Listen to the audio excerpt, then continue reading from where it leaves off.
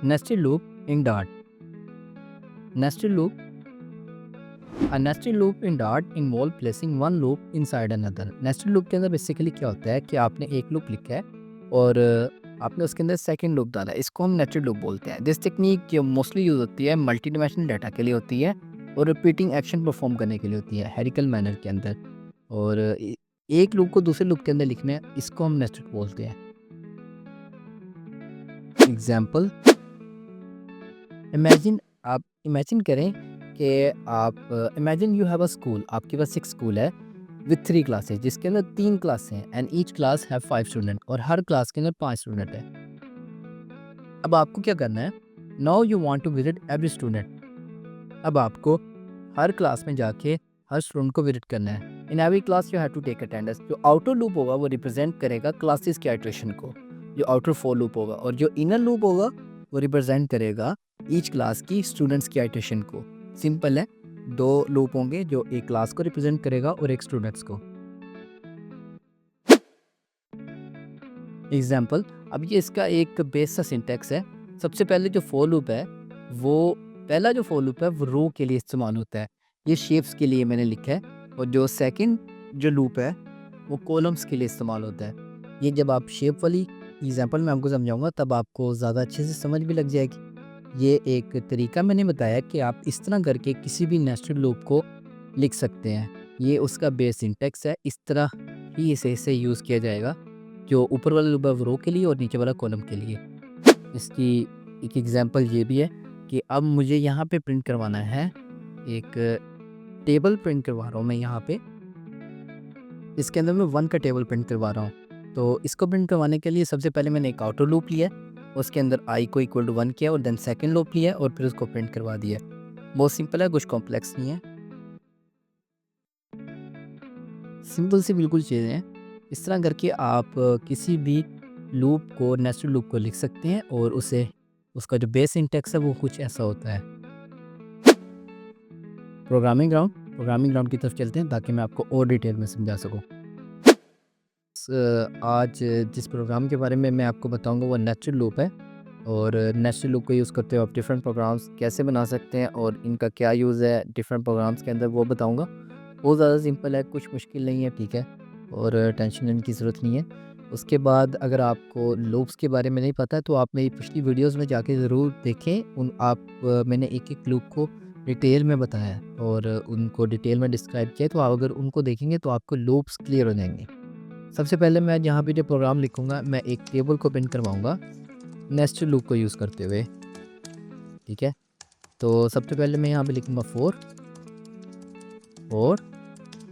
और यहाँ पे मैं लिखता हूँ एक इंटीजर को इनिशियलाइज़ करवा देता हूँ, जो i है, i को मैं 1 से इनिशियलाइज़ करवा लेता हूँ, i greater than equal to 10। क्योंकि अब मुझे एक टेबल को लिखना है तो मुझे एक ऐसा इंटीजर चाहिए जो हर दफ़ा 1 ऐड करता रहे अपने अंदर। तो उसके लिए मैंने i को चूज़ किया है और i greater than equal to 10 किया, और यहाँ पे मैंने एक लूप बना दिया जिसको हर दफ़ा जब भी हम रन करेंगे उसके अंदर i के अंदर एक वैल्यू ऐड होती रहेगी। अब इसको लैशिप करने के लिए मैं यहाँ पे फॉर लूप बनाता हूँ। अब मैं आपको एक बात बताता हूँ कि जब भी आपने जिसका भी टेबल प्रिंट करवाना है आपने उसको इनिशियलाइज़ उसकी वैल्यू करवा देनी है जे के साथ। फॉर मिसाल आपको 10 का टेबल प्रिंट करवाना है, आपने यहाँ पे 10 लिख देना है, 9 का करवाना है 9 लिख देना है। अब मैं 5 का करवाता हूँ 5 लिख देना है, सिंपल है। और फिर उसके बाद यहाँ पे आपको जो कंडीशन देनी है उसमें आपने जे को less than equal to same number 5 के साथ ही दे देना है, और यहाँ पे आपको उसकी इंटीग्रेशन करवा देंगे। सिंपल है, ठीक है। अब आपने क्या करवाना है, अब आपने एक प्रिंट स्टेटमेंट लिखनी है, ठीक है। इसके मुताबिक आप इसे चाहते हैं कि आउटपुट आए। तो टेबल की प्रिंट स्टेटमेंट भी मैं आपको बता ही देता हूँ। सबसे पहले 5 आएगा, देन मल्टीप्लाई, और फिर उसके बाद आप क्या करेंगे, आप वैल्यू असाइन करेंगे आई वाली, क्योंकि ये वैल्यू जो है ये हर दफ़ा प्लस होती है। जिस तरह हम लिखते थे, यहाँ पे मैं आपको लिख के दिखाता हूँ, यहाँ पे लिख के दिखा देता हूँ, सेम आगे यहाँ पे लिखता हूँ। हम लिखते थे 5 मल्टीप्लाई बाय 1 इक्वल टू 5, इस तरह लिखते थे ना टेबल को। तो सेम इसी तरह इसका हम टेबल को यहाँ पे प्रिंट करवाएंगे। तो ये मैंने करवा लिया। अब मैं यहाँ पे क्या आएगा, इक्वल आएगा। देन मुझे क्या करवाना है, जे को मल्टीप्लाई करवाना है आई के साथ। उसके लिए मैं वैल्यू वाला साइन इस्तेमाल करूँगा। देन मैं जे मल्टीप्लाई बाय आई, सिंपल है, कुछ कॉम्प्लेक्स नहीं है। ये देखिए ये क्या हो गया, ये नेस्टेड लूप बन गया है हमारा। अब मुझे ये करवाना है, मुझे इसको प्रिंट करवाना है, इसे कंट्रोल एस करता हूँ और यहाँ पे मैं लिखता हूँ डॉट फाइल का नेम। अब इसने क्या किया, इसने एक टेबल की जो आउटपुट है वो मुझे निकाल के दे दी और एक टेबल प्रिंट हो गया। सिंपल है, इस तरह करके कुछ आप टेबल लिख सकते हैं। अब मुझे आपको क्या बताना है, अब मैं आपको बताता हूँ कि आप डिफरेंट टाइप्स ऑफ जो बॉक्सेस होते हैं, ये शेप्स की होती हैं, वो आप किस तरह एक नेचुरल लुक को यूज़ करते हुए लिखते हैं। फॉर एग्जाम्पल सबसे पहले जो शेप बनाएंगे हम, वो एक बॉक्स शेप होगी। वो किसकी शेप होगी, एक बॉक्स की शेप होगी, ठीक है। तो उसके लिए मैं सबसे पहले 4 लिखता हूँ। अब जो ऊपर वाली लाइन है वो रो को डिफाइन करेगी कि कितनी नंबर ऑफ रोज होंगी जो शेप के अंदर। तो इसको मैं इंट रो करवा लेता हूँ और रो को मैं इक्वल टू कर देता हूँ 0। यहाँ पे मैं क्या करता हूँ, रो ग्रेटर दैन इक्वल टू।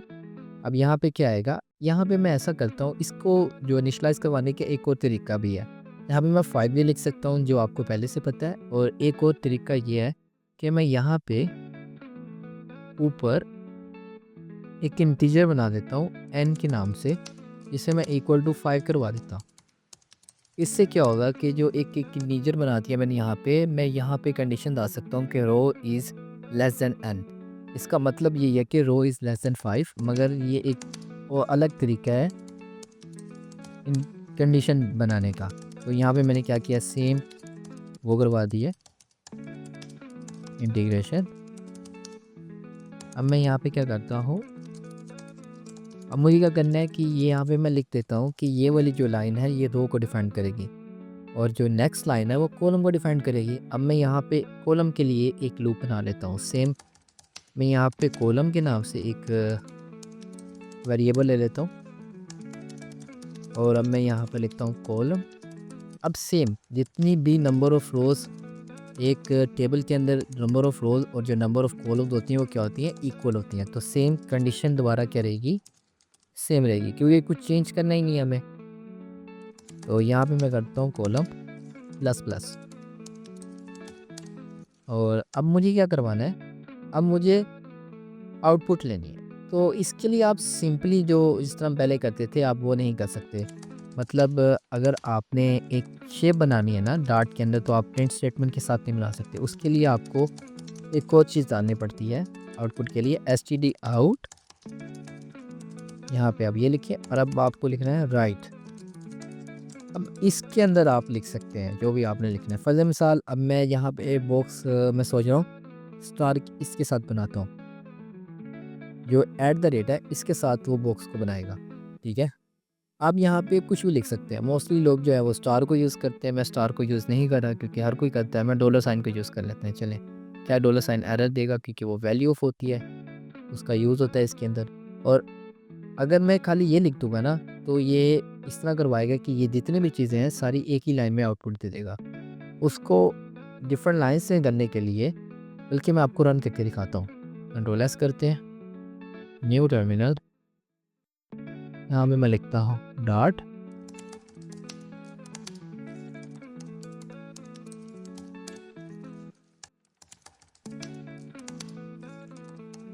अब इसने क्या किया कि जो सारे के सारे एट द रेट थे वो एक ही लाइन में प्रिंट करवा दिए। क्यों?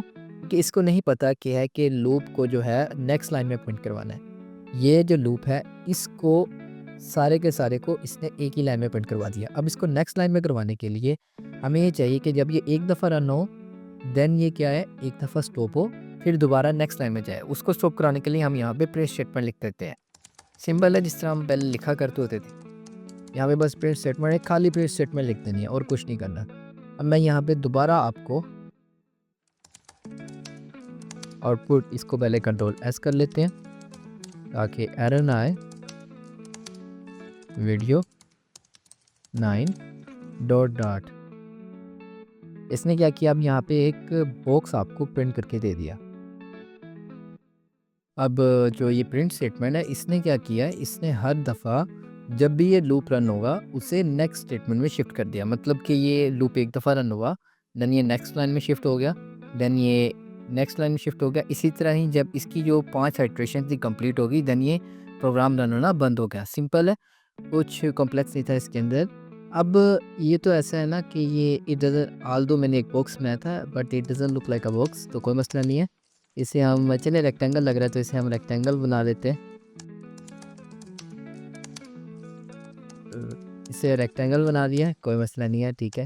अब ऐसा है कि हम ये इसकी जगह एक ट्रायंगल बनाना है, उसे मैं कैसे बना सकता हूँ? उसको बनाने के लिए मुझे यहाँ पे जो नंबर ऑफ़ रोज़ तो हैं सेम रहेंगी, मतलब कि नंबर ऑफ़ रोज़ तो 5 ही रहेंगी, मगर जो नंबर ऑफ़ कॉलम्स हैं वो पहली रो के अंदर कितनी होनी चाहिए? 1 होनी चाहिए, दूसरी रो के अंदर 2 होनी चाहिए, देन 3, देन 4, देन 5, इस तरह करके पढ़ती रहनी चाहिए, ठीक है। तो उसके लिए मुझे क्या करना है, यहाँ पे मैं ऐसा करता हूँ कि जो नंबर ऑफ़ रोज़ है कॉलम है उसका नंबर ऑफ़ रोज़ के इक्वल कर देता हूँ। इससे क्या होगा कि जो भी कॉलम है उसके अंदर +1 होगा हर दफ़ा, और वो इक्वल जब से ना फर्स्ट वाले के अंदर कॉलम आएगा हार्डली, फिर ये स्टेटमेंट आएगी, देन थर्ड वाले के अंदर आएगा कॉलम मल्टीप्लाई बाय +3, तो इस तरह बढ़ता जाएगा अनटिल के जो है कॉलम वो इक्वल टू रो हो जाए और ये प्रोग्राम रन होना बंद हो जाए। अब मैं सिंपली इसे कंट्रोल एस करता हूँ और यहाँ भी मैं लिखता हूँ सम, आउटपुट लेने के लिए लिखा करते हैं 9। अब इसने क्या किया, एक ट्रायंगल बना दिया। सबसे पहले 1 आया, फिर 2 आया, फिर 3 आया, फिर 4 आया। अब जब 5 आ गया तो ये जो कंडीशन थी कॉलम और रो वाली ये गलत होगी, तो ये रन होना बंद हो गया। सिंपल था, कुछ कॉम्प्लेक्स नहीं था, बहुत ईजी है ये। तो इसी तरह ही आप किसी भी तरह की शेप बना सकते हैं डिफरेंट किस्म्स की कंडीशंस लगा के। और जो नेस्टेड लूप है ये बहुत ज़्यादा इंपॉर्टेंट है, तो मैं चाहता हूँ कि आप ये वाली जो सीरीज़ है ये ध्यान से फुल फोकस करके देखें, और बाकी चैनल को सब्सक्राइब करें, लाइक करें। और असाइनमेंट्स तो आज मैंने सारी करवा दी हैं आपको। एक टेस्ट होगा वो आप कंप्लीट करें ज़रूर, और डॉक्यूमेंट आपको जो है असाइनमेंट्स वाला वो डिस्क्रिप्शन के अंदर मिल जाएगा, और उनका सोर्स कोड गिटहब पे पड़ा है, आप उधर से जाके देखें। कमेंट के अंदर आप कोई भी क्वेश्चन कर सकते हैं अगर आप चाहते हैं तो। बाकी thank you so much and best of luck.